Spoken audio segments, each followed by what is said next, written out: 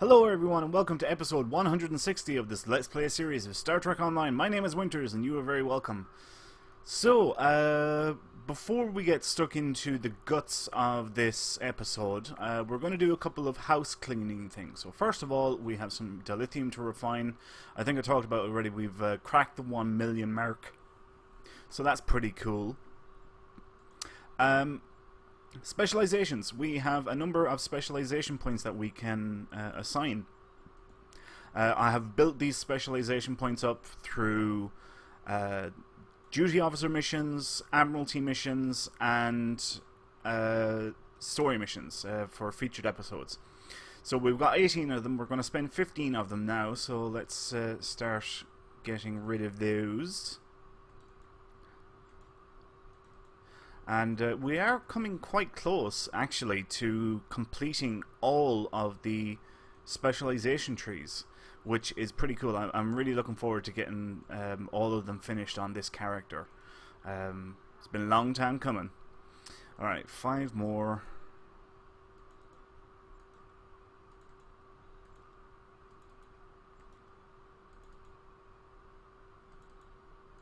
There we go. Okay. So I usually do them in blocks of 5, so 5, 10, 15. So we'll leave those 3 and we'll assign them the next time. We don't necessarily need them now because we're using pilot and strategist. In any case, we need 10 more to finish out temporal operative. That will be all of the primary specializations complete, and that will only leave the constable specialization to complete. And then we can build up a maximum total of 26 additional points after that, before we reach the hard cap in terms of specialization points. So that's our housekeeping. Actually, no, wait a minute. Let me open up the bank here. Let's see. Can I get rid of any of this stuff? Can't get rid of any of that. That's okay. We're going to go to the 50% vendor and get rid of some of this junk. Clear up a bit of space in our inventory. Okay, so we're starting off with definitely with that tech upgrade because it was crap. Here, go to places any. Actually, here, go to places any.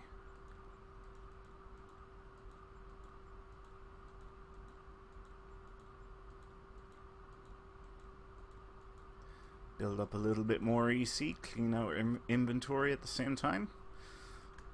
Roughly about 150,000, so that's pretty okay. Some R&D mats. And where are we now? We're at almost 11.5 million. Okay, anyway. This episode, the mission that we are going to do is called Mirror Invasion. So, throughout the calendar year, every year, they have these missions that are limited time events. They run for 3 weeks at a time. And internally, Cryptic calls them Tentpole events.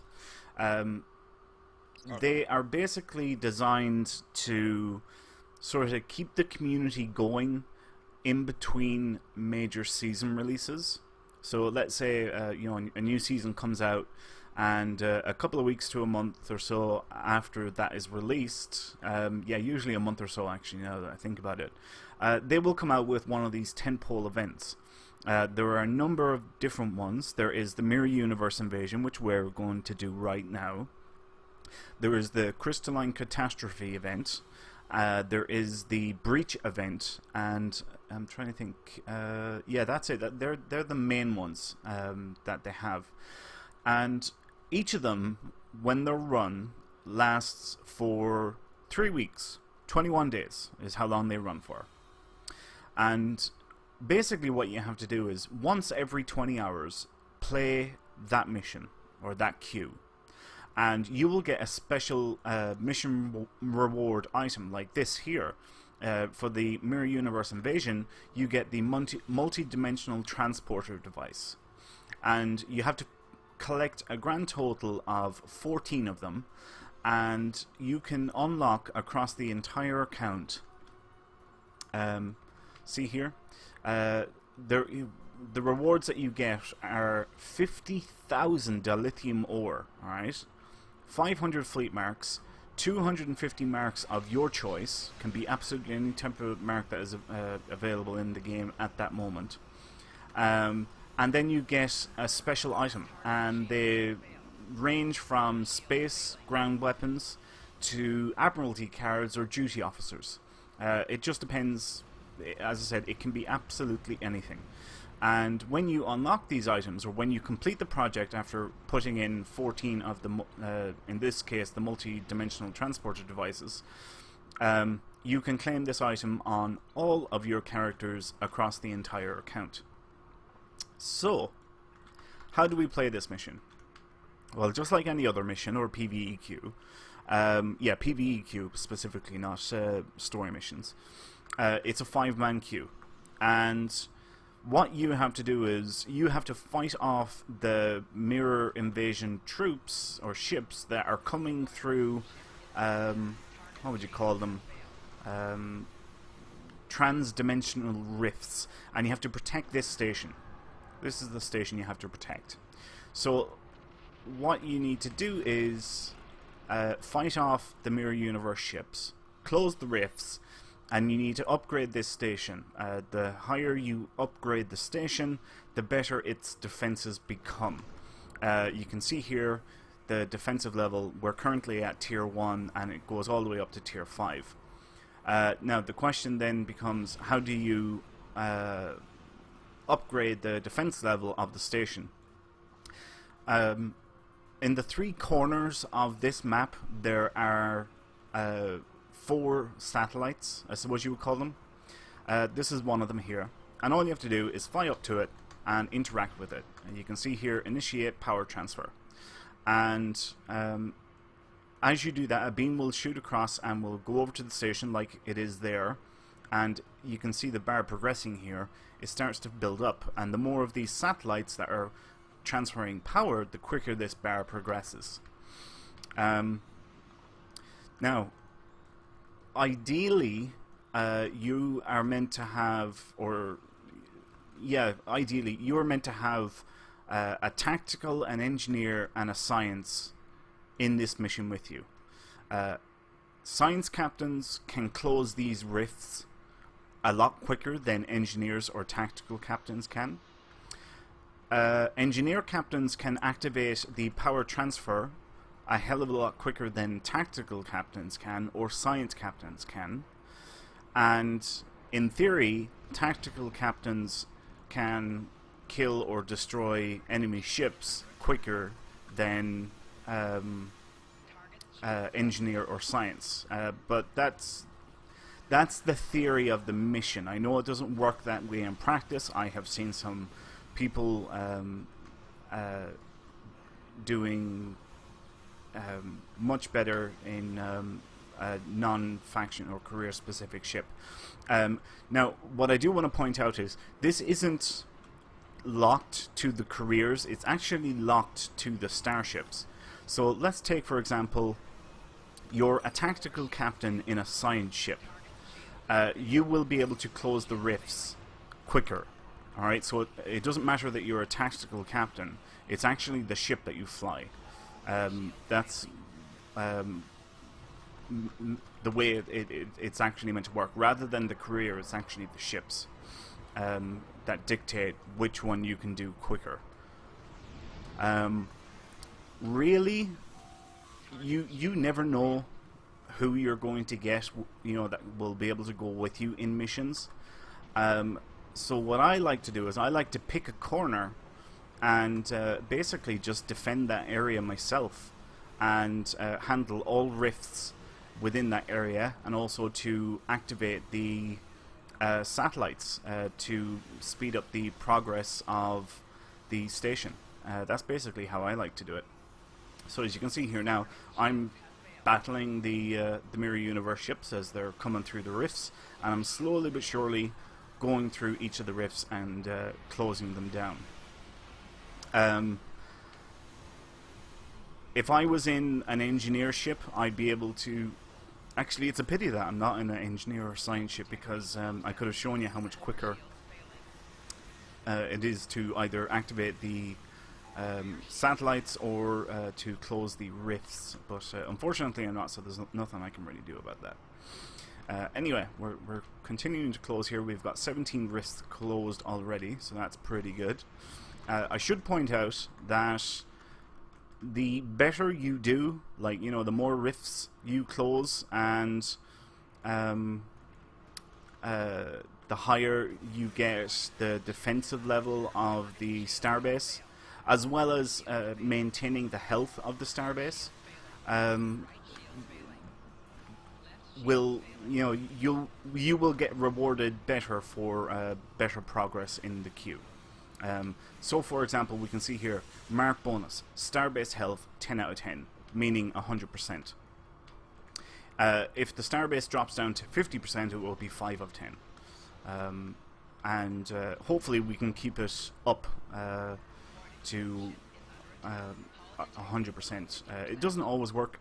Unfortunately, with these queues, you do get some players and they come in and they don't play. You will get AFKers. It's unfortunate. I wish that Cryptic were able to do more about it, to punish AFKers. Having talked to the devs about this stuff before in the past, I completely understand that it's a lot easier said than it is done.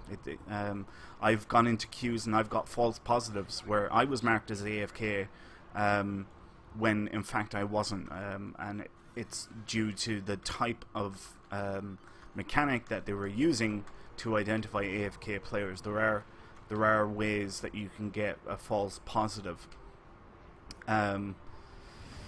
So yeah, sometimes you will get AFKers coming in here, and personally, I don't understand why you would do that. You know, like, why would you join up for a queue and then not play the damn thing? You know, it seems pointless, completely pointless. You know, not wanting or participating or playing in content. It seems really, really stupid to me. I always play them, and I always do my part, because it's fun, you know. These events, they're not available every day of the week. They only come around once every few months, sometimes once or maybe even twice a year, and that's it. Definitely no more than twice a year, because they usually try to rotate them out so that they're not always doing the same ones. So, for example, Mirror Universe is playing out now, and let's say in about 2 to 4 months from now, they'll do the Crystalline Catastrophe, or it could be the Breach event, for example. Right, let's get over here and power up this satellite.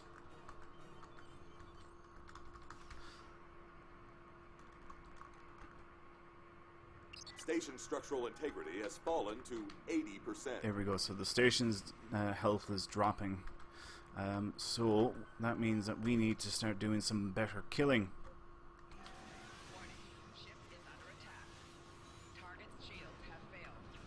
Right.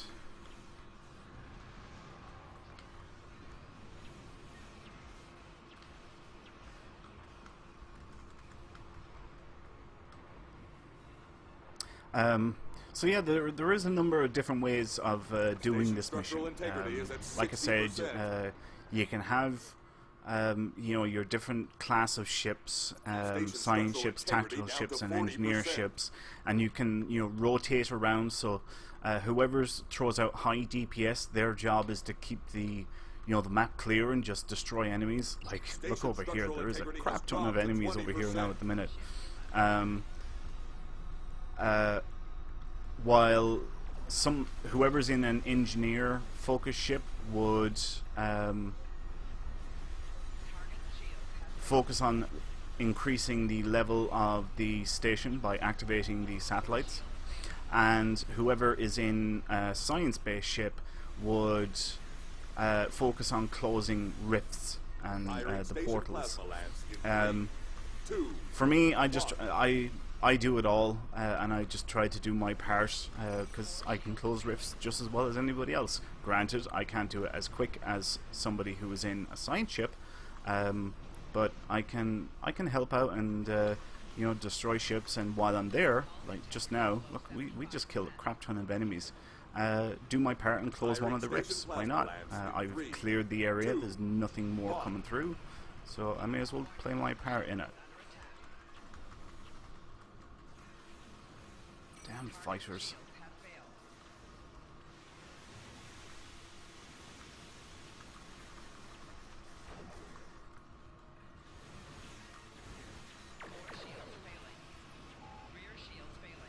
Firing station plasma lamps in 3, 2, 1. Yowza!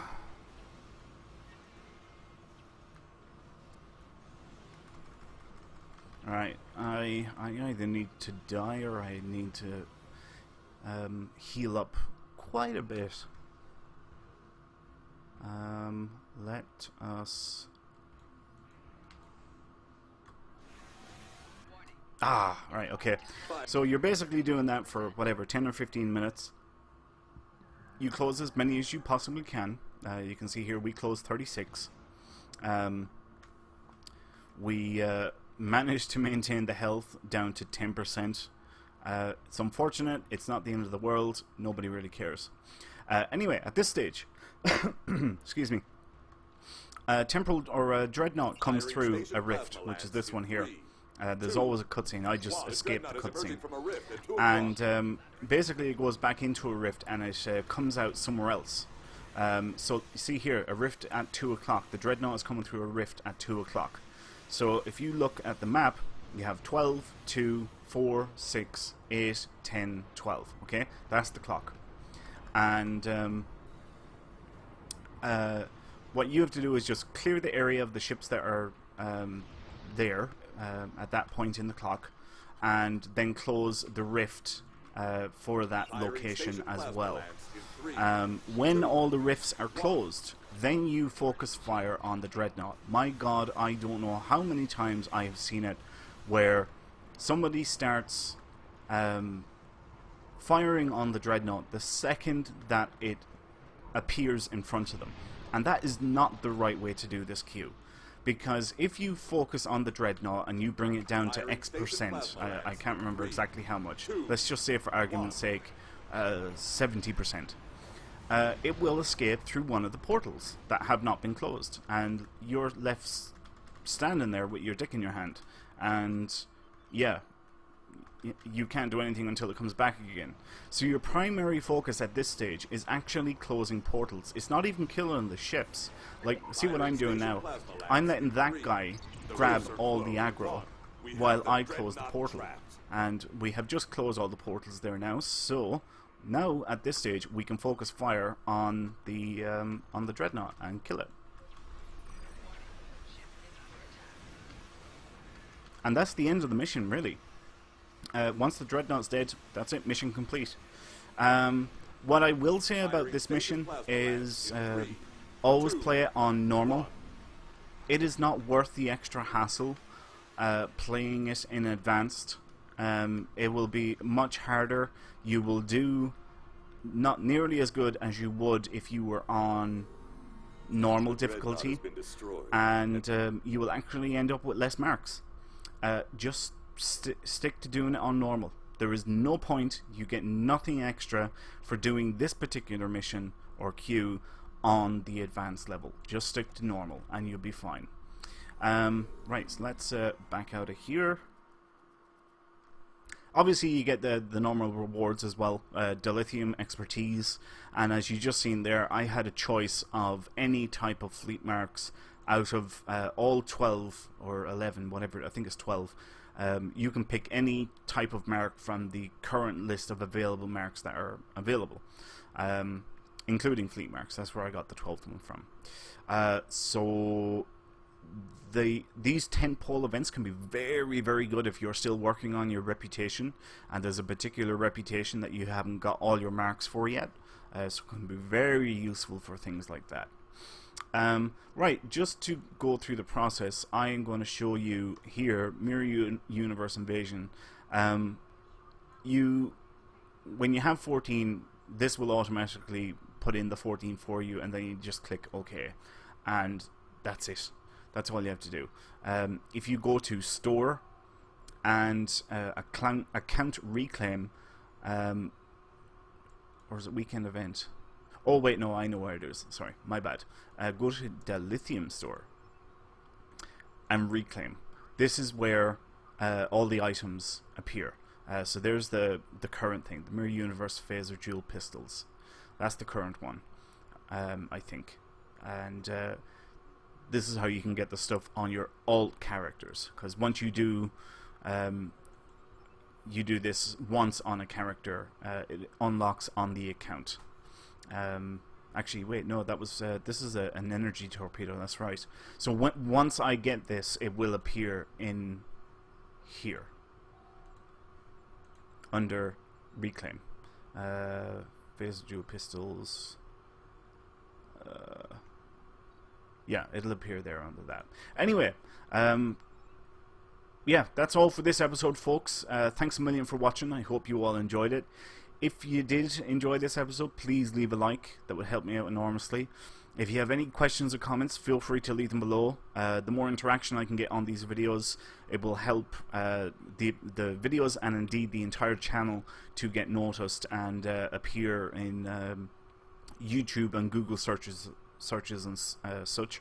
So I really appreciate all of your help with that and your continued support.